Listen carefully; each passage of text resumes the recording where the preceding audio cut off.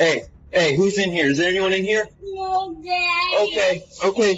Hang on, come here. Come here, honey. I'm guessing in the head, in the back of the head. There's people that face and stuff, you know? Yeah. Is Colby okay? Colby is not okay. This horror unfolds when 24-year-old Colby Vinson is found brutally murdered in his apartment. Let me ask you this. Do you know of anybody that would want to hurt him?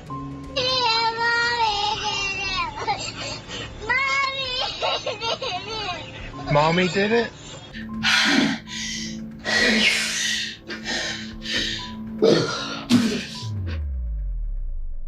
On March 19th, 2023, around 9:30 p.m., Santa Rosa County Dispatch receives a 911 call reporting a deadly shooting.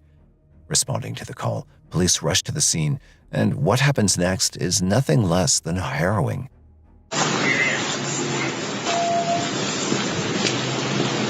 Santa Rosa, the caller advised 7734. I got a subject down over here. He's in front of 406. Hey, who's in here? Is there anyone in here? No, Daddy. Okay. It's okay. Come here.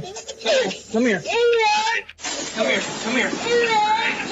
I got him. Come here, baby. Come here. Come here, honey. Hang on. Come here. Come here, honey. Come here, honey. Santa Rosa, we're going to need victim information and DCFC.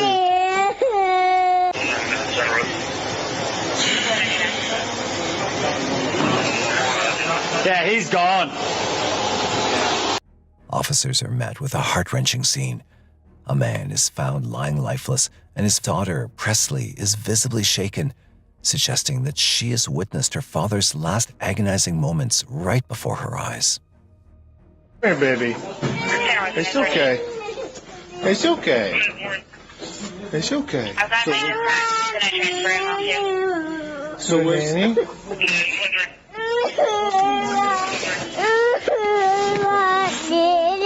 Okay, come here. Hey, hey, where's mommy work at? Is she at work? No. Where at? Mommy's at my house. At your house? Yeah. Where's your house at? I'm around there. No, I want my daddy. I know. Okay. We'll get your daddy in. Come here. Come here. I want my daddy. I know, honey. It's okay, baby. Could one of you guys check on your computer to see if it is mom, where she's at? Yeah. With like her address and... We're trying to get a hold of mom. While the officer tries to comfort the distressed child, paramedics attempt to assess the severity of the victim's injuries. It's only then that they realize that the situation is far worse than suspected. What kind of GSW is it? Tape it off. Nothing. Hey! Should we start cutting clothes? Is he still alive? Hey, go upstairs, okay? We'll get up Do we know his name? LP, do we know his name? No.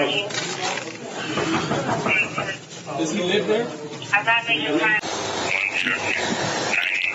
I'm guessing in the head, in the back of the head. There's people that face and stuff, you know? Yeah. I'm guessing he got shot in the back of the head. With the situation remaining unclear, they secure the scene and begin searching the area to gather evidence, looking for anything that might tell them what really went wrong.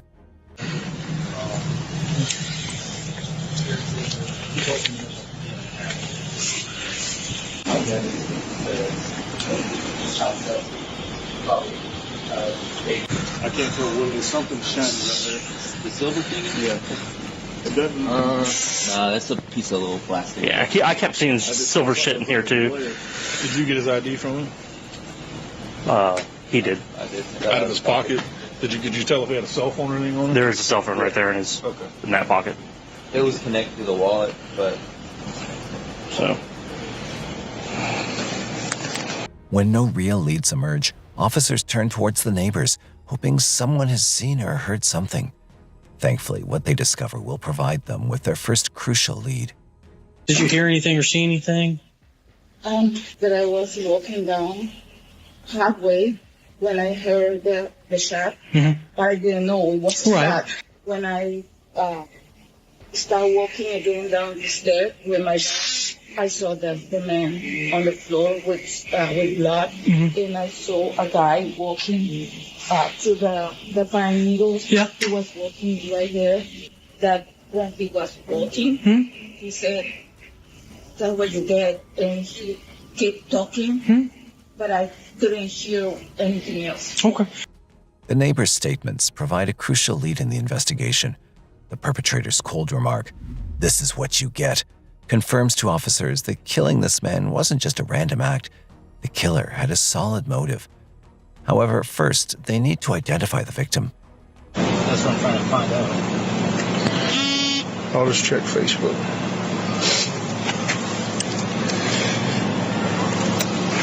Has anybody got a good look at his face yet? Good luck. Yeah. The victim? Yeah. Yeah. Well, I didn't. I just seen him laying on the ground and the little girl came out, so that's why.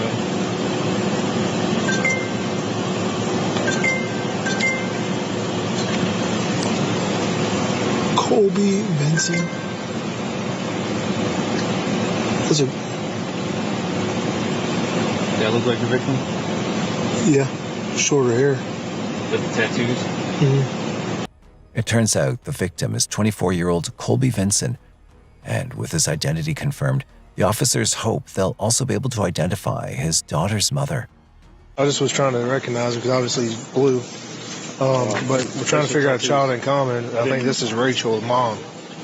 She's probably at work or something right now. This little girl keeps screaming. Looks like on his timeline, maybe he posted something on there. Pull that first one back up, and I'll go see if Dahl. Because I looked at him enough to say there's nothing I can do, and then.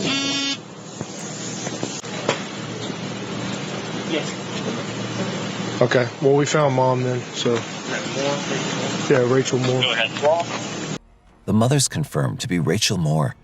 But while officers try to contact her, little Presley is still grappling with the horrors she witnessed.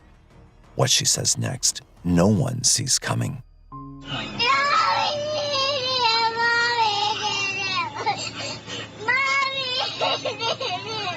Mommy did it?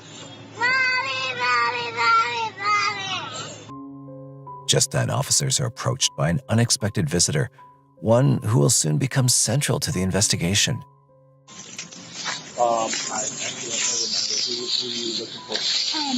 My granddaughter came to stay with her dad for the first night in over a year, and this is my best friend. Her kids live upstairs, and they just called her and told me that something's going on over here, and I just want to make sure that she's okay. Yeah, there's no female here. No That's child, no 4-year-old. yeah. Well, What? you said it. No, hold on. Calm down. I don't know if it's the right. If it's the right door or not. So you're I'm relatives? guessing at 406. I'm going to pull my phone up. Are your grandparents or? She's grandmother. The baby's grandmother. Okay, I'll be right back.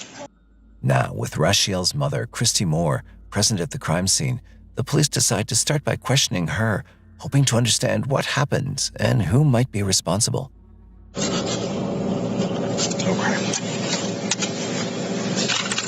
All right, this is Colby over here, so I'm sorry, you're Preston's mom? Presley. Presley, I'm sorry. No, I'm not That's Presley's mom. I'm or- Rachel's mom. I'm Presley's grandmother. Presley's grandmother. Okay.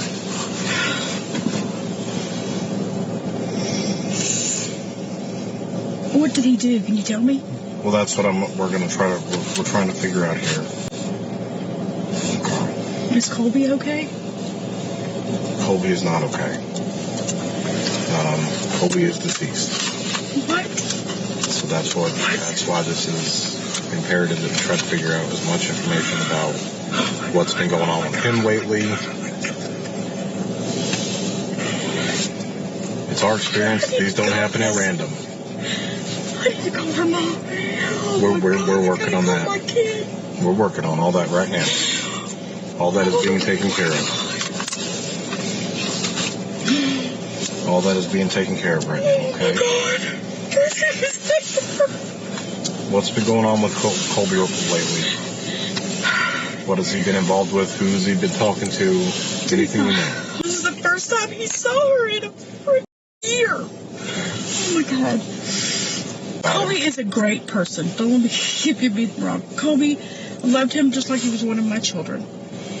He is, oh my God. Christy struggles to grasp the grim reality of Colby's death, her grief unfolding under the officer's watchful gaze. Oh my God, to be honest with you, I haven't spoken to him in almost a year because we have been in a custody battle with him because he wanted her, but his lifestyle was not something that we really wanted. With Presley, the court case, I don't know what happened there. It all got screwed up. How did the exchange go? It went fine. It went fine. I just walked over to him and I asked, I didn't ask him anything. I did ask him. I said, do you have childcare set up for this week? Because this is the first time he's had her. And I know he works.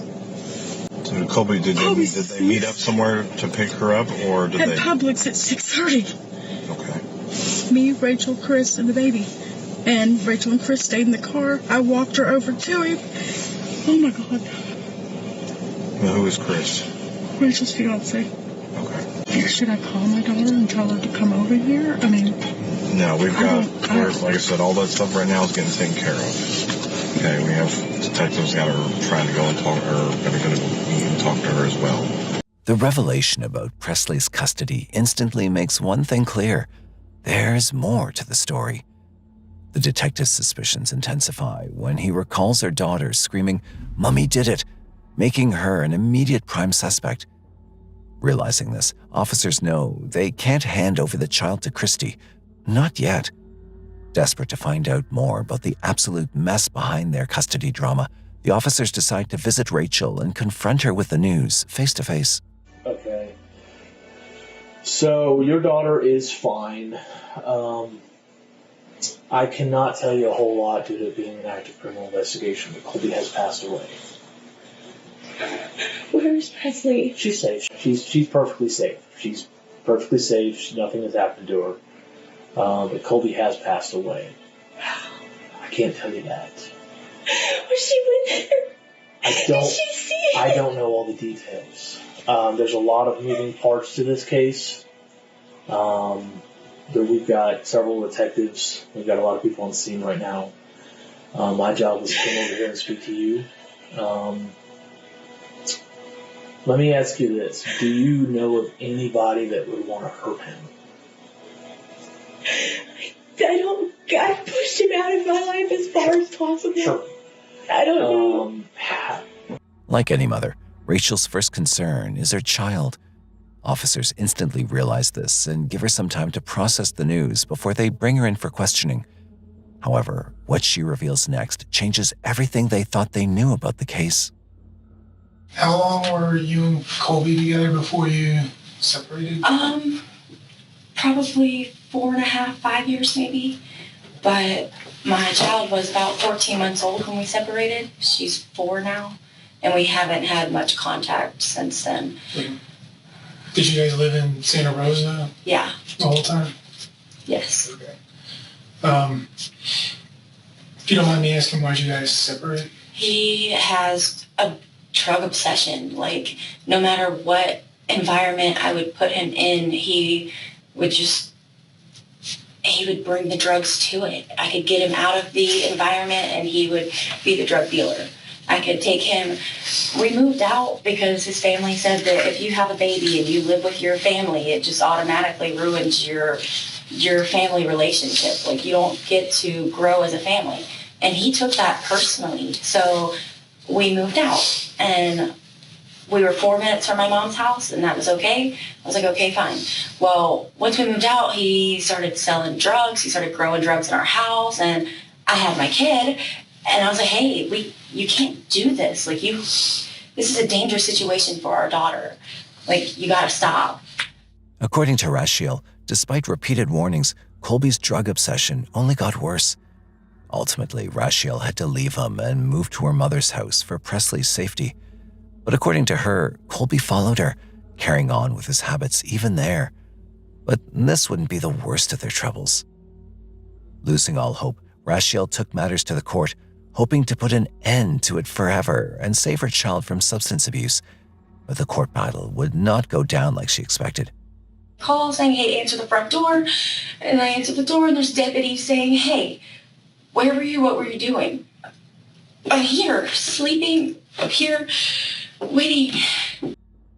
As officers conclude their interview with Rachel, what stands out the most is her complete lack of concern for Colby, suggesting troubles ran deeper than a normal custody battle. Yet the identity of the real killer is still shrouded in mystery. Every account describes Colby's killer as a white male. However, one thing keeps troubling officers: the fact that Christy was the only one to hand over Presley to Colby, and also the first person to arrive at the crime scene. This raises red flags about her involvement, prompting them to call her in the next day for another round of questioning. But getting answers from her will prove far more difficult than initially believed. What we talked about last night, I just want you to go back over it. Yesterday when you showed up, what information did you get before you showed up yesterday at the apartment? Correct. Dustin had called Kim, her son, and said, look, there's a bunch of cops involved, a bunch of cops downstairs. We don't know really what's going on. Well, we are nosy. So, knowing that she's there, we drive over just to make sure. And I found out that it was actually his apartment. She called me the time she called me. Why did you not get that information? That's the part that seems a little strange to me. Looking back. Because I didn't know exactly where he lived. It was the court thingy that they sent us on Friday that told us his actual address. I knew where Dustin lived, but as far as I didn't know. Did you share that information with anybody as where he was living? Not other than Dustin and Shelby. Christie's flawed logic still doesn't make sense to the detectives. Instead, it only compels them to press her further to study her response. So they drop a bombshell. We have a picture of the person who did it. And it's only a matter of time before we identify him, but everything keeps coming back to this custody thing. Okay. Just like talking to Rachel, I don't want you and your family to be caught off guard if it turns around that it's connected to y'all. Okay? Because it's not going to be connected to Colby. Okay? Okay. My question is, who else do y'all know that had this information that could have hurt? I don't know about that. I don't know anybody that makes me sick to even think about it, to be honest. Okay. When Christy offers nothing, they turn to Rashiel with the same set of questions. But this time, they'll raise their intensity as they're desperate for a breakthrough. Well, I'm trying to give you this opportunity to be real clear about what maybe even an idea you have in your head about something that could have happened. And the reason why I say that is we have a picture of the person who did this. I don't want you to be caught off guard if it turns out it's someone you know. Because if it does turn out that you're withholding information and our investigation leads to you withholding information, then how is that going to work for you, Alan? How would that work out? But I don't know. In Presley's favor. I don't know.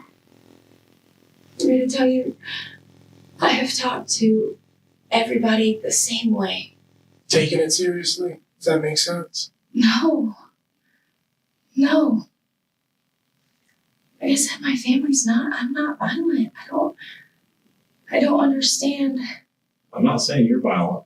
I didn't do this at all. In reality, detectives have no idea about the suspect, let alone his picture. In fact, it's only a ruse to corner her, hoping she slips. Despite their relentless efforts, Rachel yields nothing. Having no clue where to pivot next, the detectives decide to try a new tactic. They bring Christy and Rachel into the same room, allowing them a brief moment together.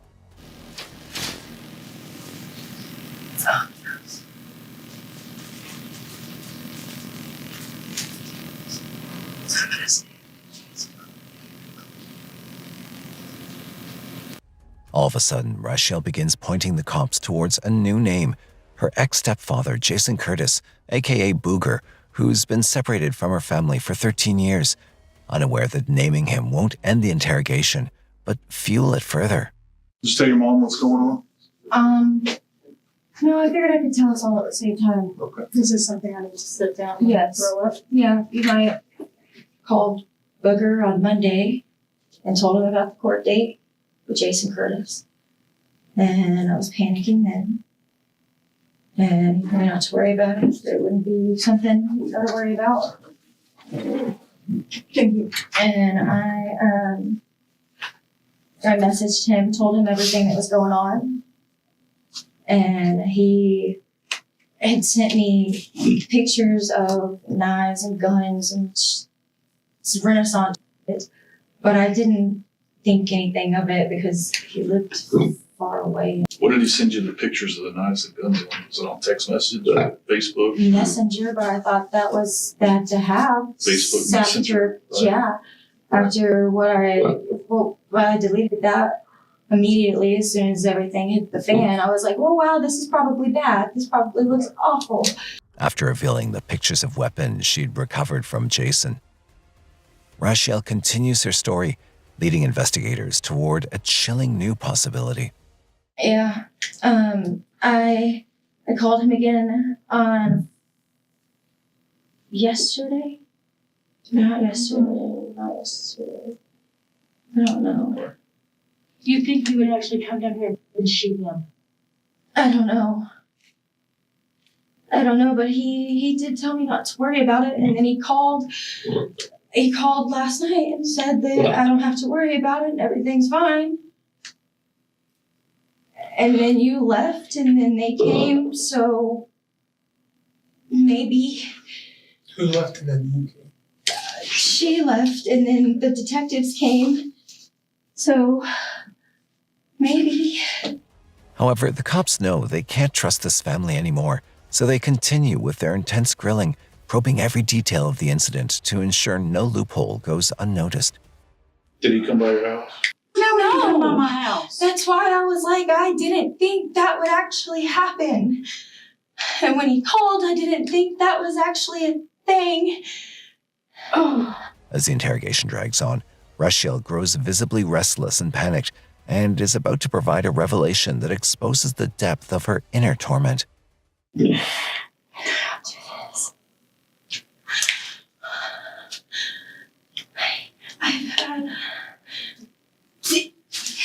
I've had so much anxiety about this all week. I have literally been wetting my bed over it. I did not. And then this to happen. However, nothing diverts the detectives' attention. Reaching their limit, they finally decide to make it clear just how crucial it is for Rachel to reveal the truth, driving her into an even greater state of panic. I want to make sure you understand when we do a forensic download of your phone, it's not going to capture just what we see when we get on our phone. Anything that's been deleted, all of that stuff. So if there's conversations that you had on Messenger that you think you've been deleted, they're going to get recovered. Oh, I know. Okay, so I just want to be sure that you're really 100% honest with this, because I don't want anything. Right. The only way to get ahead of this is to be honest up front, right? If we have to come back later and say, well, what's this text message about? Then that's not going to look good, right? You're probably going to come back later a lot. I didn't think he would. I told him I would pay for his gas. I think this looks awful for me. Did you actually? No, I didn't. When I tell you, I didn't know. I didn't know. When I got the call, I didn't know. This looks so bad for me, y'all. Even as Rachel tries to explain herself, her story only leaves the detectives more confused. If she never told Jason about Colby's location or identity, how could he have known who to kill? This contradiction creates a glaring loophole that heightens the detective's suspicion further. So the biggest thing now is we're trying to figure out, how did he come to know where he lived? I don't know. What I'm telling you, I just told him this is what happened. Even after being questioned multiple times, Rachel still clings to her story. At this point, the detectives confront her directly about the glaring flaw in it. And you and I were talking earlier, and it was pretty clear In the circle. what I was circling around to. Yeah, I told you I you didn't know On anybody who purpose would want would to hurt not him. talk about your dad. Buddy, I didn't know he would want to hurt him. But you knew it was good information. But you Yeah, knew it it would was information be you a should have good shared. lead, but So were you trying to protect him because you already known what he had done? No, I wasn't trying to protect anybody other. So you didn't give me his name or reason, so it was because you were trying to protect him. You're loosely trying to protect yourself as well. I can understand that. But you're also trying to protect him for what you knew he did, right? I don't want this to turn around on me if that was him. I knew what I had said to him. With Rachel in custody, the police turn their attention to Jason. When they move to arrest him, to their shock, he perfectly matches the witness's description. Handcuffed without a fight, Jason shows no resistance, as though he'd been expecting this all along. The police finally bring him in for interrogation, hoping to understand his side of the story, unaware that it will be anything but easy. So the reason we're here is there was a warrant put out for your arrest, all right, for the murder of Colby Vincent. Vincent. All right. Does that name even sound familiar to you? No. All right. You have a stepdaughter, Rachel, correct? I'm sorry? Do you have a stepdaughter named Rachel? Yes. Okay. What was Rachel's ex-boyfriend? Okay, I didn't know his name. I never met him.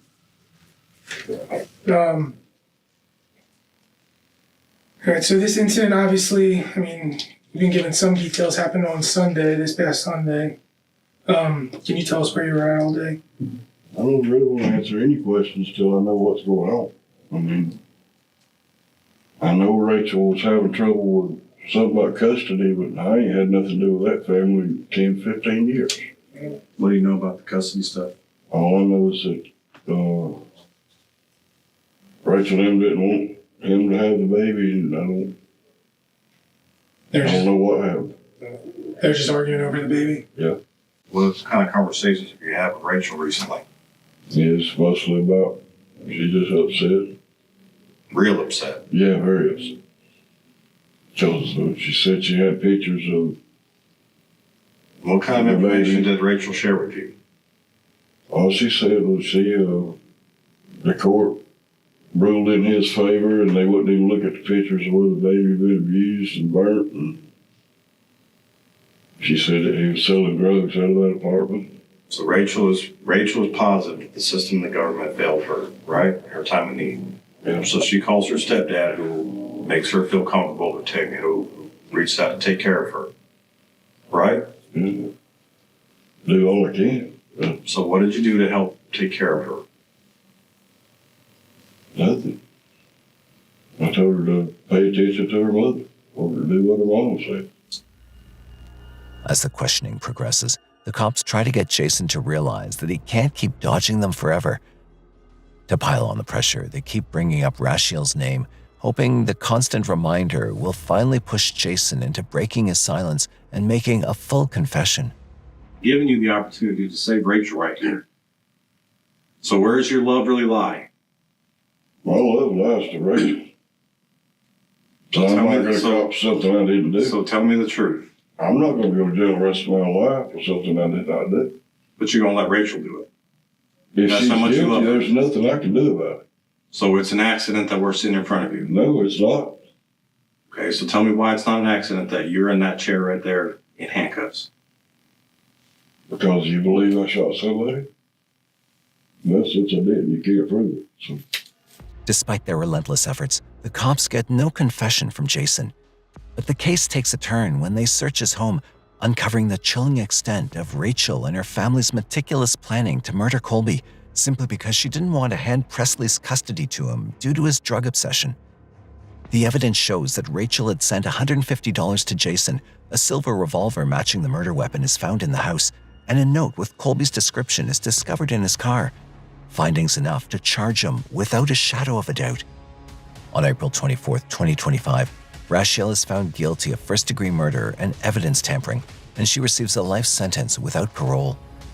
Jason faces the same charges and is given the same sentence, while Christy's charged as an accessory to the murder, bringing the case to a conclusive close.